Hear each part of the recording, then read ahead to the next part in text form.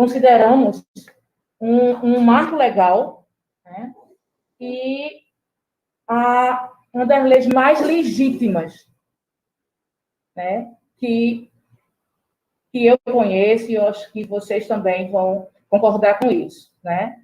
Porque a lei, ela vem com a legalidade, ela vem com todo aquele arcabouço jurídico, né? Mas esse aqui é legítimo. Foi construído a muitas mãos, pensamentos, num processo de luta legítima, tá? E esse estatuto, ele é um divisor de águas, tá? A gente vai passar agora uma linha do tempo para a gente entender. O objetivo desse momento, o objetivo dessa reunião virtual não é de dar respostas, tá, pessoal? O objetivo é da gente refletir, é da gente levantar questionamento, da gente fortalecer a nossa prática, tá? Então, eu vou passar aqui para vocês uma linha do tempo, tá bom? Uhum.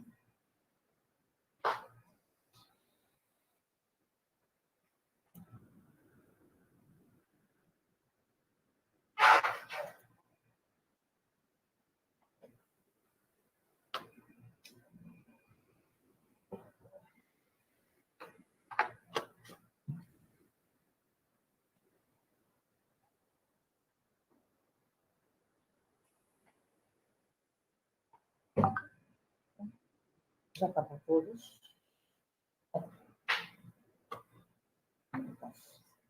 Vem cá, quando eu faço. Vou passar a foto. Uhum. Vou passar agora. Tá. Peraí. Tá? Eu vou deixar que vocês vão lendo, tá certo, pessoal?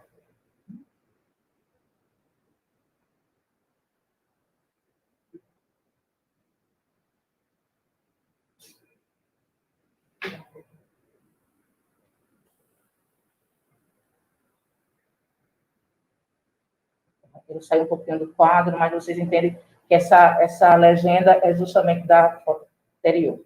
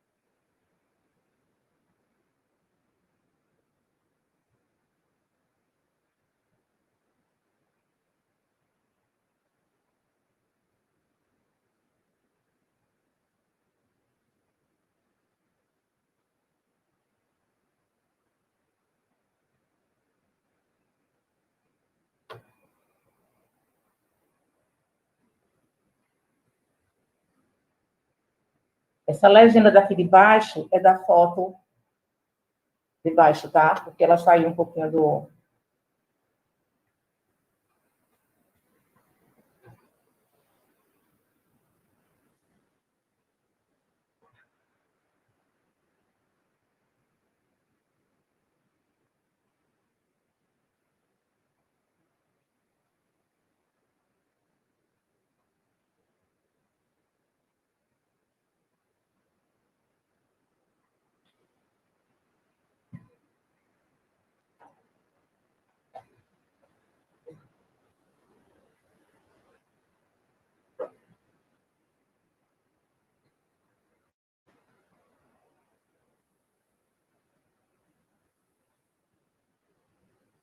Saiu dos quadros.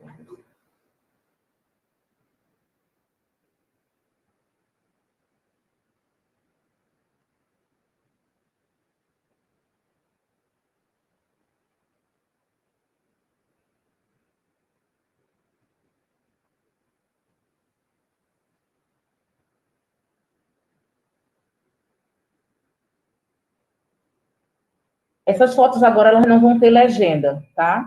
Porque aí, no caso, cada um de nós vai colocar a legenda, porque um monte de coisa tem por trás dessa foto, tá?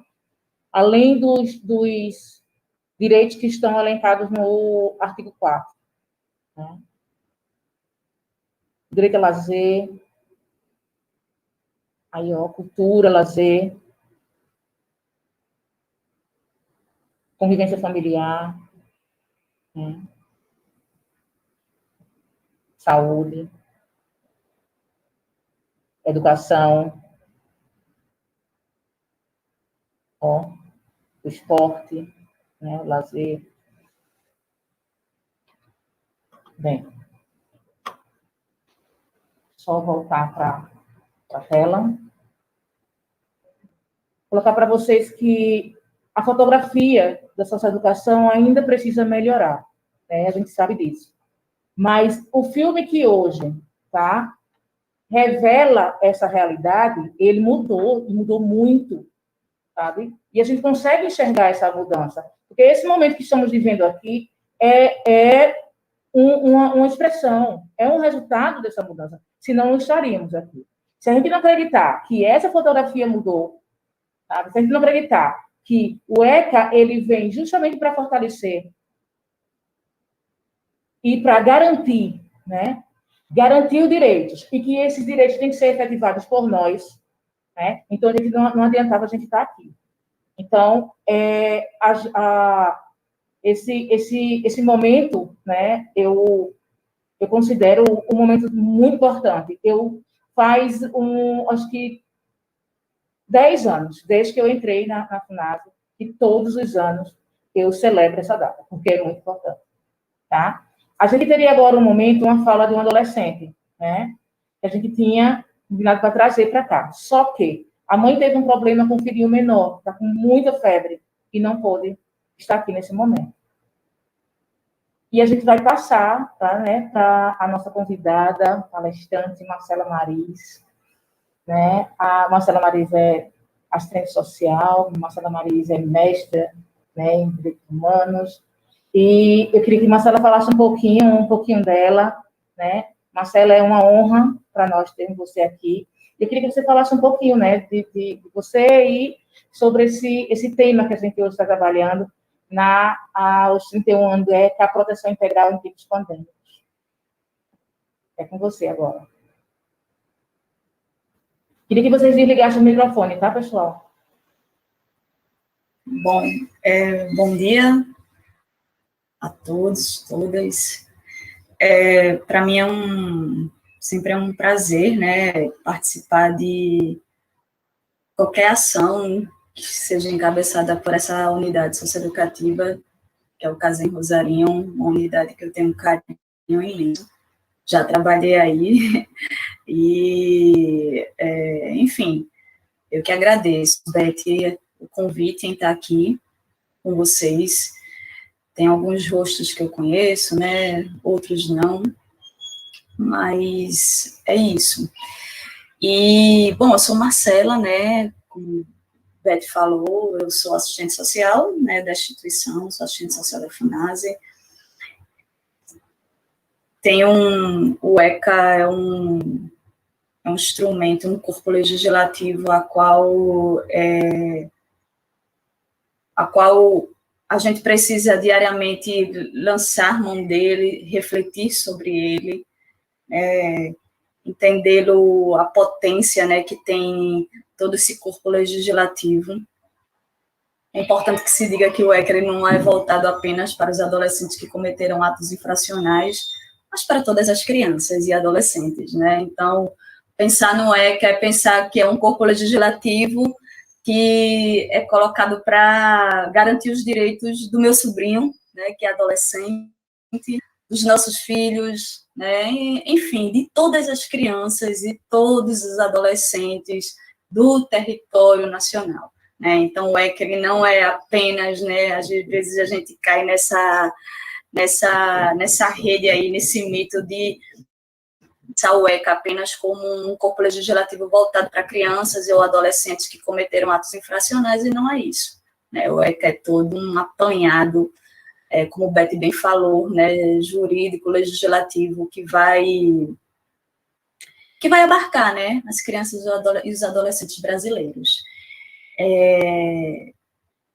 Beth, só em relação ao tempo, se você me deixar aqui falar, rapaz, eu falo muito. Então, só para eu ter um controle do meu tempo, quanto tempo eu tenho? Eu não estou te ouvindo. Acho que está desligado o som. Marcela. Oi. Você teria 15 minutos a partir de agora, porque vai cair daqui a 15 minutos. Então, seria bom que quando a gente voltasse, a gente já voltaria para fazer o encerramento. Tá? Perfeito. Tá bom, então. E aí, pensar no ECA, gente, e aí, na verdade, conversando com o Beth ontem, né, a gente pensou em fazer mais um bate-papo, né, e trazer algumas ideias, né, que são construídas em relação ao ECA, né, em especial pesquisadores, pessoas que gastam e demandam tempo para pensar essa legislação. Pensar no ECA é pensar nesse arcabouço de garantia de direitos, como o Beth bem apresentou, pela primeira vez, né, a partir do ECA, que pela primeira vez adolescentes e crianças, né, eles são considerados sujeitos de direitos. O ECA, ele é regido por uma doutrina, né, que é a doutrina da proteção integral, né, e essa doutrina, ela diz muito porque ela é paradigmática, porque ela vem romper com o que antes, né, se dizia que era a doutrina da situação irregular, né, ou seja, o adolescente ou a criança, né, eles não eram considerados sujeitos de total direitos, sendo assim, eram sujeitos amparados, né, por legislações que iria determinar, né, onde é que eles iriam estar. Eu estava vendo, passando agora o vídeo, e tinha um adolescente, tinha uma criança que alguém perguntou, por que você está aqui? E ele disse, não, porque eu me perdi da minha mãe e do meu pai na rodoviária. E aí eu estou aqui. Veja que coisa interessante, né? Ele não cometeu nenhum ato infracional, ele não fez absolutamente nada, ele se perdeu dos pais, né? E é o que a gente chama de doutrina da situação irregular. Né? Qual era a situação dessa criança? Era irregular. Cadê os pais dessa criança? E aí ele foi parar numa instituição de privação de liberdade. Isso daí hoje é impensável, né? Isso daí hoje, nos dias de hoje, é uma tremenda violação de direitos humanos. E o ECA, ele é paradigmático justamente por trazer, né, o adolescente, trazer a criança como um sujeito, né, de garantia de direitos, né, como sujeito de garantias, como sujeito que é prioritário nas diversas políticas públicas e sociais. Né? É importante a gente pensar que o ECA, ele termina que ele irradia, né, por outras políticas sociais. Né, criança e adolescente têm prioridade absoluta em políticas de saúde, em políticas de habitação, né, quando a gente vai verificar habitações, né, que vão ser cedidas para as famílias que têm crianças, são famílias que são prioridades, né, em receber qualquer benefício de habitação. Então, é importante a gente pensar o quanto o ECA ele vai ser irradiado, o quanto ele vai ser estendido para outras políticas sociais. Então, assim, a partir de então, a criança e o adolescente, ele passa a ser um sujeito de garantia de direitos. E isso é importantíssimo. Né? Isso é paradigmático. O ECA, ele compõe um corpo legislativo que a gente pode considerar como uma das legislações mais sofisticadas do mundo. O ECA, ele engloba, né, tudo aquilo que vai garantir e que vai proteger esse adolescente e essa criança.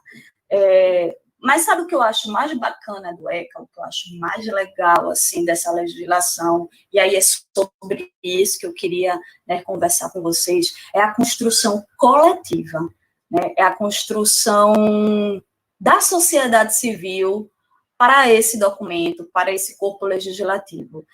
O ECA foi pensado, né, de forma estritamente coletiva, é a participação direta da sociedade civil, é a participação da população, em especial quando a gente sai de um período, né, tão difícil que o Brasil viveu, que era o período o ECA em 90, né, a gente estava ali encerrando o período da ditadura, né, e aí surge com toda a força os movimentos populares, o movimento de crianças e meninos de rua, as pastorais, né, que tiveram tantas forças, né, na construção do ECA. Então, assim, a sociedade civil, uma mãe, a mãe de um adolescente que provavelmente... eu estava lendo um texto uma vez de um relato de mães que tinham crianças na FEBEM, né? E essas pessoas participaram também da construção, né, do ECA. Então, assim, é interessante a gente perceber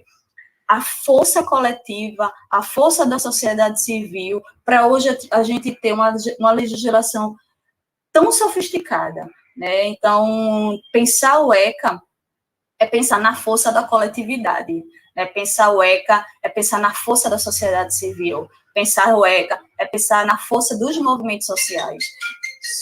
Só um minuto, que vai descarregar aqui, Beth, rapidinho,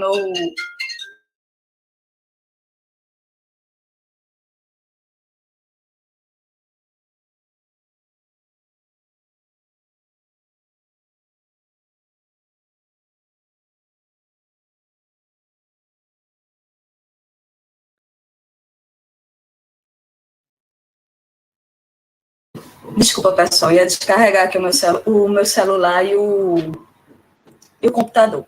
Isso que desculpem. E aí, pensar no ECA é justamente isso, é pensar nessa coletividade. E a gente trazer para os nossos dias, a gente trazer para o nosso cotidiano, né, a força da coletividade, a força do movimento, a força de cada um de nós na construção, né, do nosso fazer profissional, do nosso dia a dia, do que a gente está sendo, do que a gente está construindo, né, enquanto cada um na sua função. Eu, enquanto assistente social, quanto componente da equipe técnica, o meu colega que está ali na ponta, que é o agente socioeducativo. Então, assim, é a coordenação, é cada um, né? É a pessoa que está ali, né, trabalhando na cozinha, que está ali, aquele trabalho que é tão importante, um trabalho tão prioritário para que a casa, de uma certa forma, ela tenha, né, ela tenha seu ritmo. Então, é uma construção coletiva, uma construção de todos nós, né? E o ECA é o reflexo disso. Né? Na verdade, ao contrário, né? Nós somos reflexo dessa construção do ECA. Então, é pensar, né? Pensar nessa força da coletividade, pensar nessa força de cada um, pensar na força da sociedade civil, é entender que essa política não se faz, né? A política da socioeducação, o ECA, ele não se faz apenas por uma pessoa, ele não se faz apenas por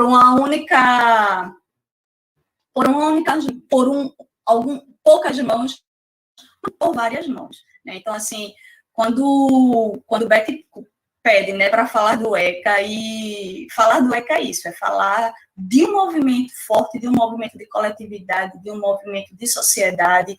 Importante dizer que a maioria, né, isso não é apenas o ECA, mas a maioria das nossas políticas públicas e das nossas políticas sociais, elas nunca foram nos dadas, né?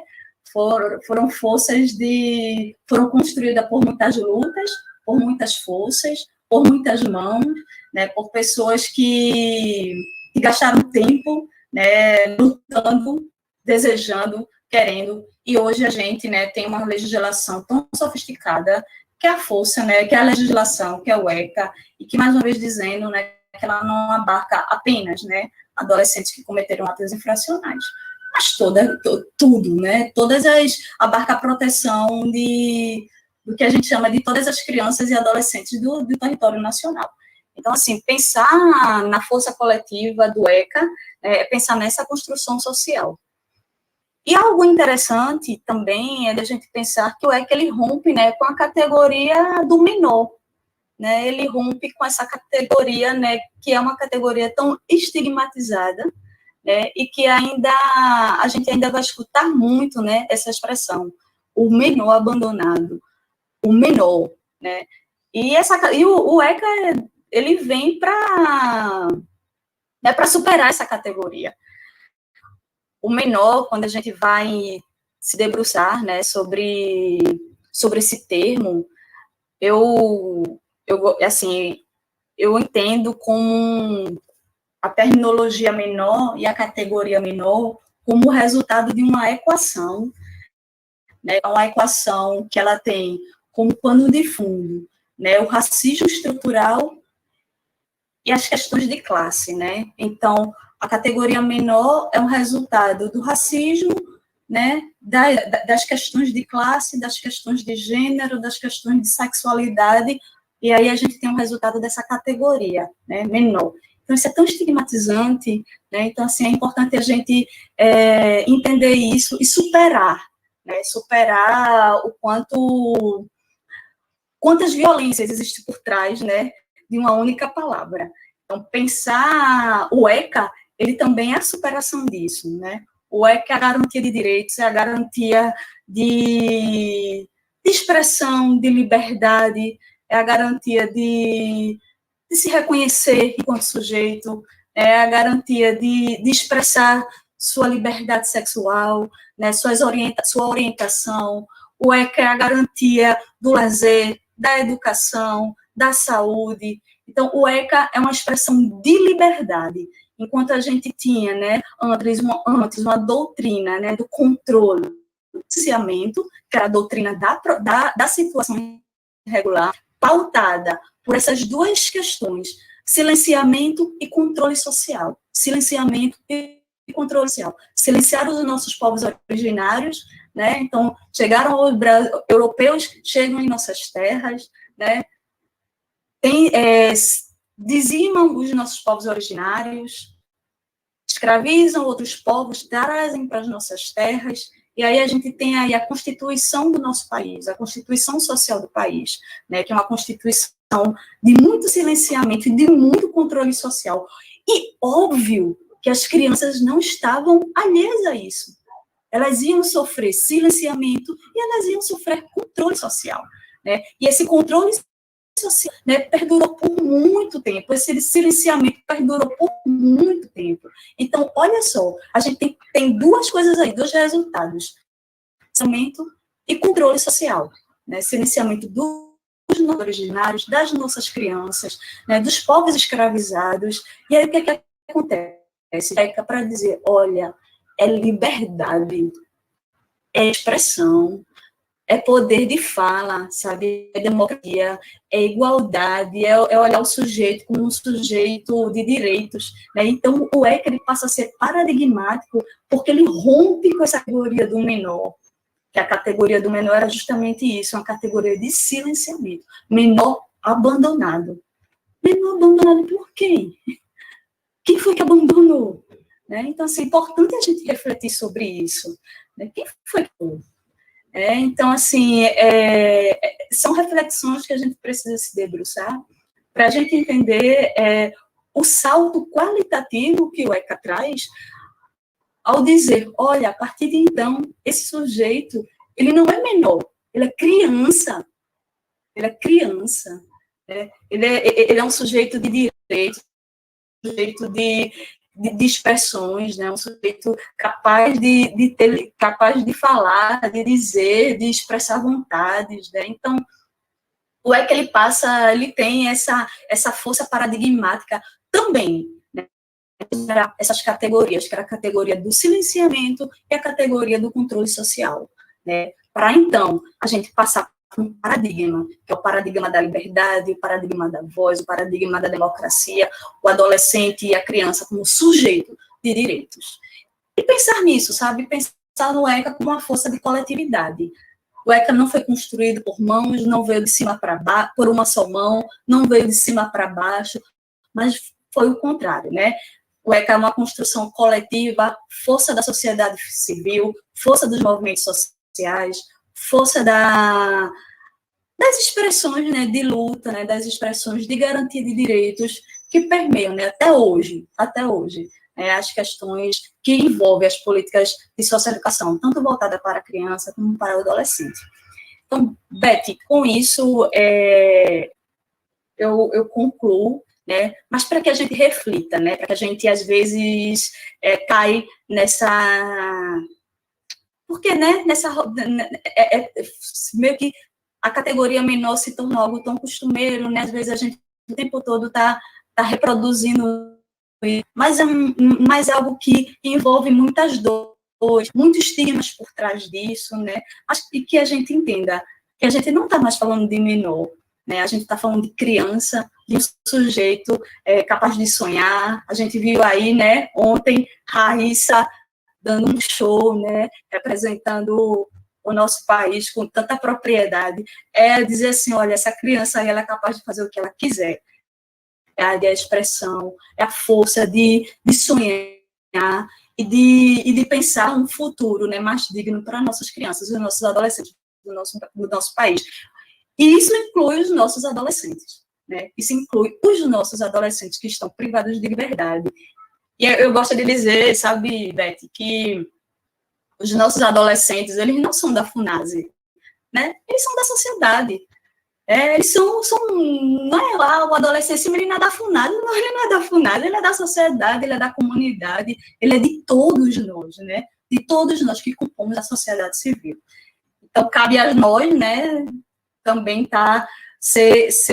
encabeçar essas lutas, encabeçar momentos como esses, né, onde a gente possa estar refletindo a força democrática do que é o Estatuto da Criança e do Adolescente. Então é isso, Beth. Mais uma vez, obrigada, agradeço a oportunidade. Eu pedi que vocês ligassem os microfones, por favor.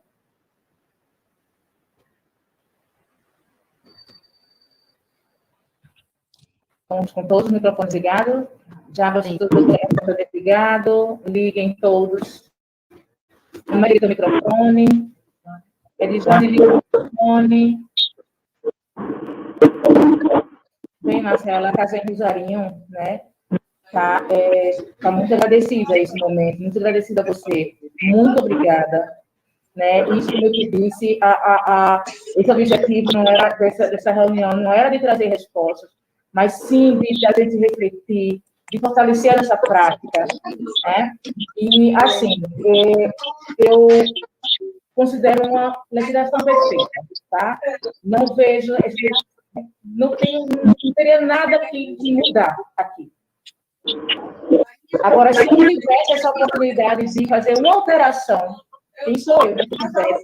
A única coisa que eu trocaria seria aquela sequência do artigo 4º, tá? Que diz que é dever da família, da comunidade, da sociedade, do Estado. Eu só inverteria, tá? Isso diante de toda essa prática que a gente tem, né? De toda essa vivência, que eu acho que o vídeo ele mostrou muito bem para a gente, né? E eu colocaria a família no lugar lá atrás, tá? Como último. Eu colocaria primeiro o dever, essa sequência. Só esse formato. Dever do Estado, sociedade, tá? Da comunidade e da família.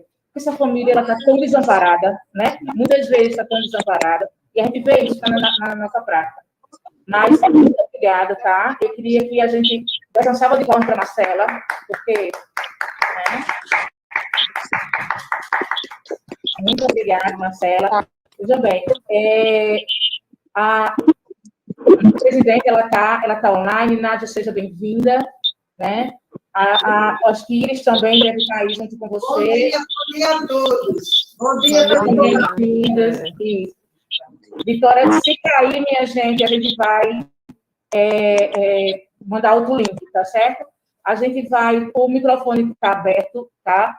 3 minutos para vocês. Se alguém quiser falar, por favor, habilite-se.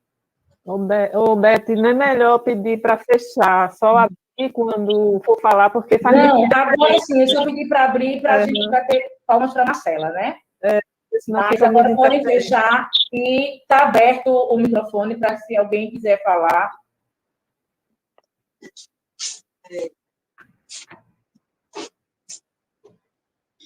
Eu queria agradecer esse momento, e em especial a Marcela, que sempre fala brilhantemente, é sempre uma aula escutar a Marcela.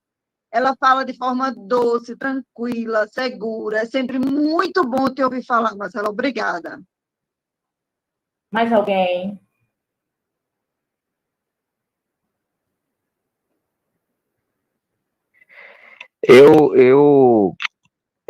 Marcela, assim, fiquei muito emocionado com as palavras de Marcela, assim, muito instigante, muito propositiva, né? Então, isso faz com que cada um de nós seja protagonista do ECA, né? Então, a gente, sendo protagonista, a gente, de uma certa forma, a gente precisa defender, a gente precisa ter propriedade disso. Então, Marcela traz esse resgate, né? Marcela teve a oportunidade da gente trabalhar junto lá em Abreu e Lima. A gente trabalhou em Abreu e Lima, mas é isso. Eu acho que Marcela fez um resgate muito interessante aí do ECA e o ECA é uma. Eu digo que essa garantia de direitos, ela é uma responsabilidade nossa, né? Nossa enquanto sociedade civil, nossa enquanto FUNASE, enquanto Casa em Rosarinho. Então, é uma responsabilidade que ela perpassa de um simples ECA, entende? Então, eu vejo mais nesse sentido. Mas eu me sinto aí contemplado com a palavra de Marcelo e fico muito feliz, viu, Beth? Primeiro, lhe parabenizar pela iniciativa. Estou de férias, mas estou já voltando, mas fiz questão de estar aqui hoje e também agradecer a presença da nossa presidente, né, participando aqui dessa nossa reunião online. Para a gente é muito importante isso, é valoroso para a Casa em Rosarinho estar sendo prestigiada aí com a presença online e virtual da nossa presidente. Presidente Nádia, um abraço. Feliz também aí pela participação ativa aí dos demais também profissionais da FUNASE. E um abraço também aos nossos agentes que estão aqui presentes, a equipe técnica, Marta, Girão. Um abraço, pessoal. Me sinto aí, fico muito feliz com isso. E estou por aqui. Um abraço.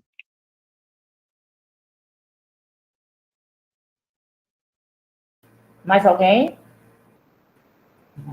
Oi, gente. Eu fico muito emocionada de estar comemorando esses 31 anos, estar nesse momento aqui na Casa em Rosarinho, até porque a Semi-Liberdade tem me ensinado muito, né, que é bem diferente da internação. E, assim, de certa forma, eu acompanhei também esses 31 anos de execução do Estatuto, né? Eu venho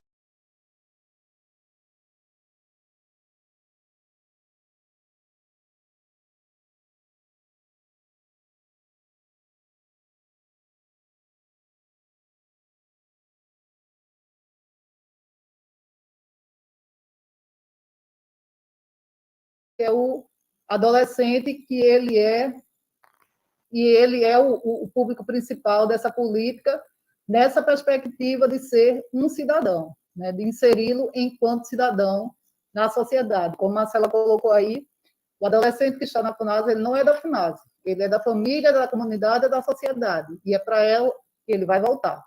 Então, no período que ele estiver na FUNASE, a gente sabe que essa equipe vai dar o seu melhor para que ele possa ter oportunidades que lá fora ele não teve, né? E que ele possa voltar melhor qualificado para exercer sua cidadania. Então, assim, parabenizo de novo todos vocês e, para mim, é uma grata satisfação estar participando desse momento com todos vocês. Que o dia seja e tenha sido bastante produtivo. Muito obrigada, Iris. Dando procedimento, Já bem pertinho da gente encerrar, né? Eu passaria a palavra para a Nádia Alencar, nossa presidente. Bom dia a todos. Agradecendo a iniciativa a você, Beth. Acho muito importante que não passe um ano que a gente não lembre o quanto importante é o Estatuto para a sociedade e para o Brasil, né? É um jovem senhor, mas que sofre, né? Sempre, muitos percalços e muitas incompreensões. Ontem eu estava lendo na internet a situação da menina de 13 anos que ganhou a medalha de ouro olímpica no skate. E um deputado do Rio de Janeiro aproveitou a deixa para pedir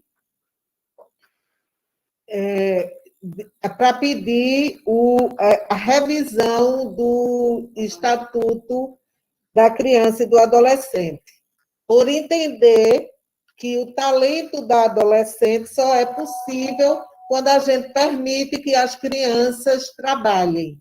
Quer dizer, se aproveitar de um momento que mostra o quanto é importante a gente fazer com que os nossos jovens e adolescentes tenham acesso à educação, ao esporte, ao lazer, que tenham condição de desenvolver todas as suas capacidades e talentos e empurrar nisso aí o trabalho que nós não queremos, que é aquele trabalho para sobreviver. São coisas tão distintas, mas que até hoje se tem pessoas que fazem questão de não compreender. Então, o Estatuto, apesar de ter 31 anos, ele tem inimigos que não são ocultos, são inimigos declarados, e sempre a gente sofre com essas colocações, e mais do que isso, tem momentos em que a democracia falha, que a gente sofre alguns percalços, né? Quem defende a democracia, e que o Estatuto é sempre o primeiro a ser lembrado, a ser revogado, a ser transformado. A gente precisa mudar, enfim, a gente vive essa luta cotidianamente, e eu acho importante que todo ano realmente a gente possa refletir, né? Onde foi que falhou? Então, a gente trabalha com uma população que se confunde muitas vezes, né? Se confunde, não, ela é, na verdade, a população que foi, de fato, deixada para trás em vários processos na sociedade. Mas quase sempre, a gente sempre brinca que a Geni é quem leva a primeira pedrada. Então, quase sempre a FUNAS falhou, não. O adolescente que chega para a gente, esse adolescente faz parte de uma rede muito maior. As falhas são coletivas, as falhas da sociedade. Então, o Estatuto, a gente tem que lutar muito para que ele aconteça de fato, em todas as suas possibilidades, em toda a sua potência e força. Porque se a gente realmente salvaguardar a criança, a gente não vai ter o adolescente entrando na FUNASE da forma como entra, da forma como sai, inclusive. Então, eu acho que é muito interessante essa discussão. A gente tem avançado em muitas coisas, muitas outras coisas precisam avançar, né? O nosso sistema socioeducativo, né, que tem o maior rebatimento do ponto de vista de política de Estado, do Estado, inclusive, ele precisa ter mais visibilidade. precisa que as pessoas percebam o quanto é importante investir nesse momento. Porque se a gente pode fazer alguma coisa, né, e a gente sabe que todo ser humano, seja ele adolescente ou adulto que entra, que fica privado de liberdade, precisa do acolhimento, precisa do trabalho sistemático, precisa ser trabalhado, a gente precisa entender que é na adolescência e é no sistema socioeducativo que a gente tem as maiores possibilidades de avanço e de conquistas. Então, é por aqui que a gente faz. E a gente tem que entender também que as dificuldades ficam maiores quando a sociedade está passando por uma grande crise. E a gente está passando por uma grande crise. A crise é imensa, a crise é política, a crise é econômica, a crise é de saúde, a crise é de valores. Então, quando a gente investe, quando a gente se esforça, né? Eu estou vendo aqui Socorro, Marcela, todos vocês, quando a gente se esforça em trazer coisas que não são só, né, comida, chão, mas também de essência, de reflexão, né, de trabalho concreto, a gente acha que a gente está fazendo algo além, né? Algo além. Então, acho que a gente precisa, nesses momentos, inclusive, refletir o que cada um está dando de si para este momento. O que é que cada um dá de si para que esse estatuto seja, de fato, uma prática real no nosso dia a dia, que a gente busque essas coisas. A gente sabe que o estatuto é uma conquista, mas ele precisa ser construído em bases práticas. A gente, depois de alguns anos, a gente teve o SINASE, que sedimentou, que regulamentou várias coisas, mas a gente não definiu uma coisa essencial no SINASE, que é a questão do investimento. Quem vai investir nesse sistema? Né? A gente não tem um fundo próprio de investimento no sistema socioeducativo. E é por isso que, muitas vezes, a gente é confundido e se confunde com o adolescente que chega na FUNASE. Quase sempre está faltando muita coisa na vida desse adolescente. E no nosso sistema falta muita coisa. Então, faltam muitas conquistas para que a gente possa, de fato, dizer, a gente está seguindo o estatuto, né? Mas a gente precisa, todo dia, conquistar um pouquinho. E eu acho que todos nós temos feito a tarefa de casa, temos feito um bom trabalho, lógico, sempre tem muito ainda a fazer. Então, a gente precisa arregaçar as mangas, a gente precisa trabalhar, continuar focado, não baixar a cabeça, né, nos percalços, que são muitos, mas continuar nessa luta, tá certo? Então, só tenho a agradecer à equipe, né, da Casa em Rosarinho, Júnior, toda a equipe, Pepe, que teve a brilhante ideia de fazer esse momento acontecer. A gente aqui agradece a vocês. Obrigada, gente.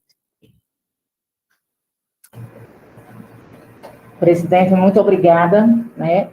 Eu quero agradecer a você, a Iris, né, a Marcela, a toda a equipe da Casa em Rosarinho, tem a equipe guerreira. Estou vendo o Marta aqui, viu, Beth?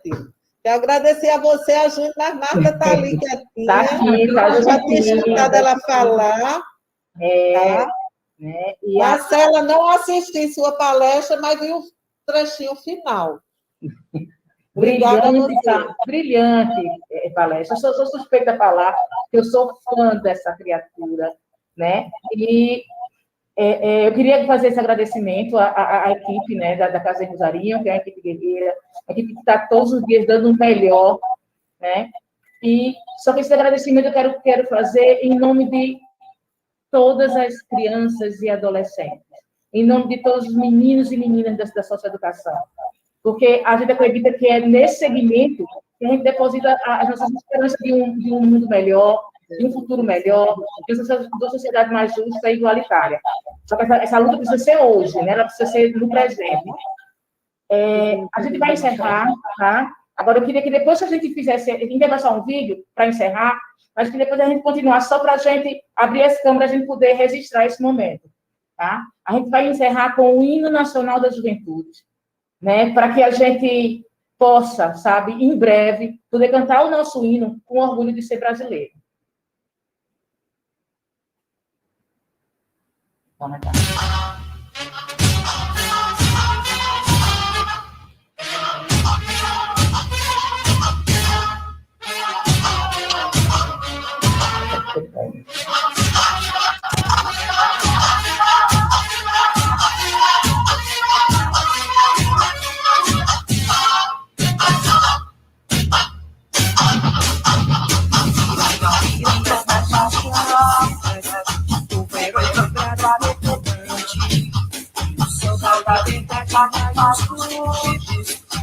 No céu tá pra minha cidade.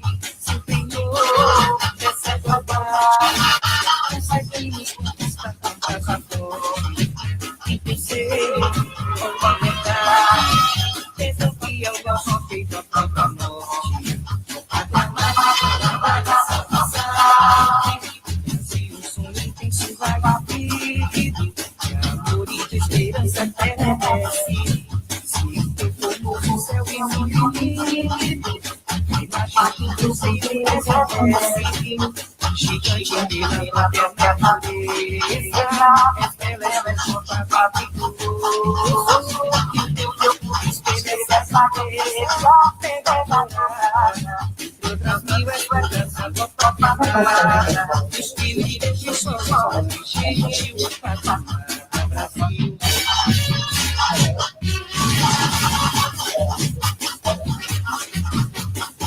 Eternamente dessujeito, somos o maior do céu,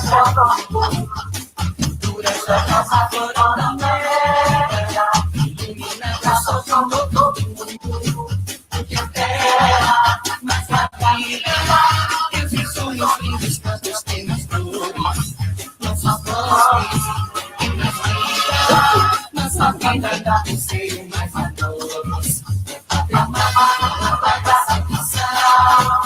Brasil de amor eterno seja símbolo. Na valores tem festa estrela. Diga o pé de lulu dessas palavras. Mas no futuro e glória vai passar. Mas segue da justiça cada morte. Verás a vida em Deus não pode lutar. Nem teme quem te adora a própria morte. Tem coragem. E todas mil esperanças vão aclamar.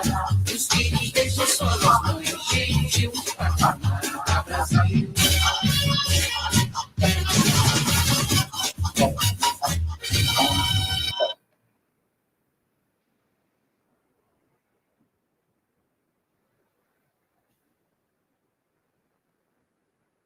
Vamos ver se a gente consegue ligar as câmeras para a gente fazer a foto. Muito obrigada. Eu digo para vocês que eu estou muito emocionada. Eu digo que eu não me emocionar com esses momentos, com essas coisas, eu não preciso estar aqui mais, né? Quando eu digo estar aqui, não estar aqui na socioeducação, não. Eu não preciso, não estar aqui mesmo, tá bom? Vamos lá. Vamos ver se a gente consegue.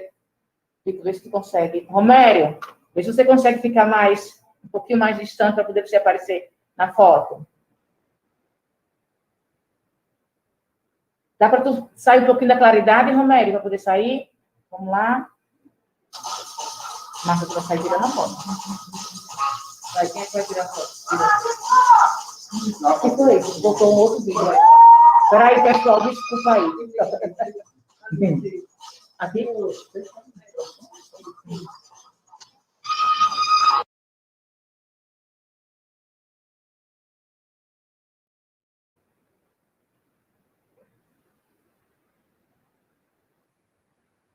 Ótimo, pessoal.